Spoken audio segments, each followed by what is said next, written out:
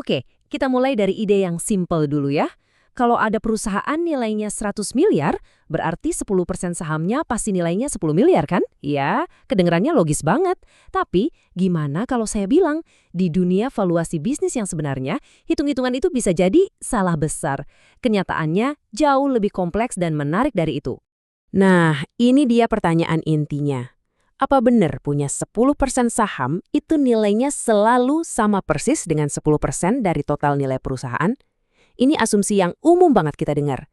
Tapi, yuk kita coba bedah, apa asumsi ini beneran valid di dunia nyata? Jawaban singkatnya, ternyata enggak.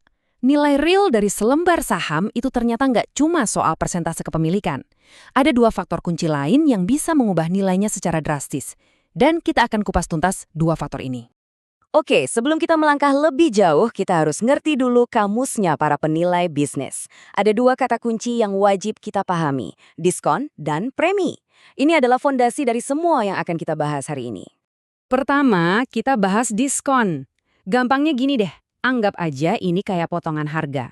Dalam valuasi, diskon itu potongan yang dikenakan ke nilai saham karena ada faktor-faktor tertentu yang bikin saham itu jadi kurang menarik. Nah, kebalikannya diskon, ada yang namanya premi. Sesuai namanya, ini adalah nilai tambah. Kalau sebuah saham punya karakteristik yang sangat diinginkan, nilainya justru ditambahin atau dikasih premi. Jadi, simpelnya ada pemotong nilai dan penambah nilai. Gampang kan? Sekarang kita masuk ke faktor penentu yang pertama dan ini penting banget, kekuatan pengendalian. Analogi paling gampang tuh kayak punya mobil. Punya mobilnya sih oke, tapi yang jauh lebih berharga itu kan megang kuncinya. Kenapa? Karena dengan kunci itu kita bisa bawa mobilnya kemanapun kita mau. Nah, disinilah bedanya kerasa banget. Pemegang saham mayoritas yang punya kendali itu ibaratnya si sopir. Dialah yang nentuin arah perusahaan. Sementara pemegang saham minoritas, mereka cuma penumpang, nggak bisa ikut setir. Itulah kenapa kendali itu mahal banget. Kemampuan buat nentuin masa depan perusahaan itu punya nilai yang luar biasa. Terus, seberapa powerful sih kendali ini? Jawabannya powerful banget. Pemegang kendali itu bisa nunjuk siapa direksinya, nentuin gaji mereka berapa, mau belokin strategi bisnis, bahkan bisa mutusin buat jual atau bubarin perusahaan. Ini adalah kekuatan absolut yang sama sekali nggak dimilikin investor minoritas. Dan penting untuk diingat ya, kendali itu bukan hitam putih, bukan cuma soal punya atau nggak punya. Ini lebih kayak sebuah spektrum. Di satu ujung ada kepemilikan 100% dengan kendali mutlak. Di ujung satunya lagi ada investor minoritas murni yang nggak punya suara sama sekali. Nah, di antaranya itu ada banyak level kekuatan. Nah, karena adanya ketimpangan kekuatan inilah, para penilai harus melakukan penyesuaian. Untuk saham yang punya kendali, nilainya ditambahin dengan yang namanya premi pengendalian.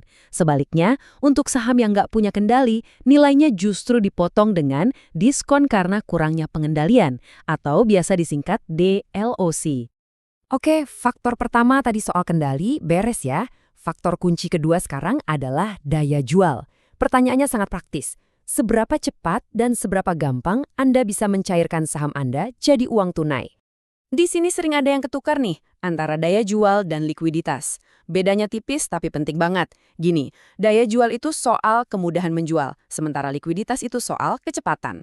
Contohnya, saham di bursa efek itu liquid, bisa dijual dalam hitungan detik. Tapi kalau rumah di lokasi premium, itu punya daya jual tinggi, pasti laku. Tapi proses jualnya bisa berbulan-bulan. Jadi, dia nggak liquid. Dan sama kayak kendali tadi, daya jual ini juga bentuknya spektrum. Di ujung paling enak, ada saham perusahaan publik yang super liquid. Tapi di ujung lainnya, ada saham minoritas di perusahaan keluarga yang mungkin bisa butuh waktu bertahun-tahun cuma buat nyari pembelinya.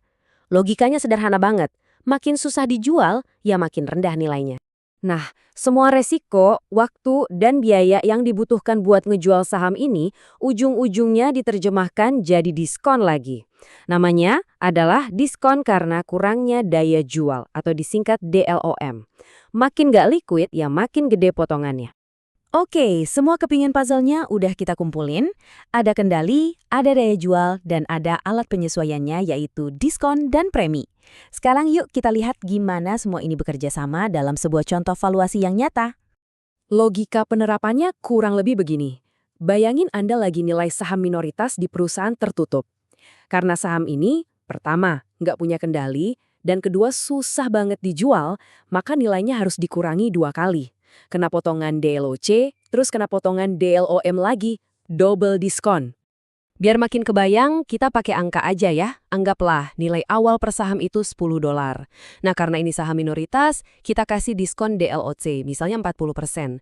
Nilainya langsung turun jadi $6. Terus, karena saham ini susah dijual, kita potong lagi pakai DLOM 40% juga. Tapi ingat, 40%-nya dari nilai baru, yaitu dari $6. Hasil akhirnya cuma $3,60. Coba lihat, jauh banget kan dari nilai awal yang $10? Jadi, apa inti dari semua ini? Gini, lain kali kalau Anda lagi mikirin nilai sebuah saham atau bisnis, jangan cuma nanya berapa nilainya. Pertanyaan itu kurang lengkap.